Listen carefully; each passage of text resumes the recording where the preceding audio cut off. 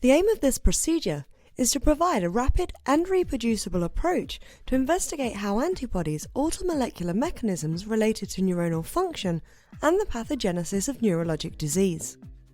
First, antibodies are labelled with an ATO 550 NHS fluorescent label.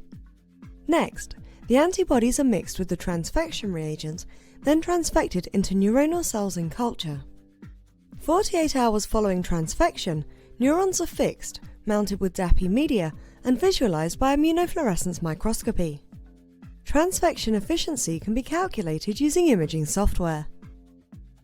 This method can help answer key questions in neuroscience and neuroimmunology, such as how autoantibodies alter molecular mechanisms related to neuronal function and the pathogenesis of immune-mediated neurologic disease.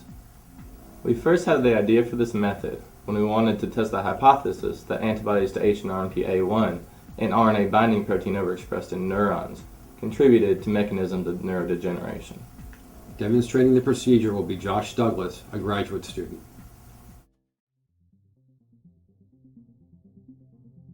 Before beginning the procedure, ensure that high-quality, intact neuronal cells plated at 100,000 cells per well and at least 80% complement are available the day before the experiment. The day of the assay, observe cells to ensure that they are healthy.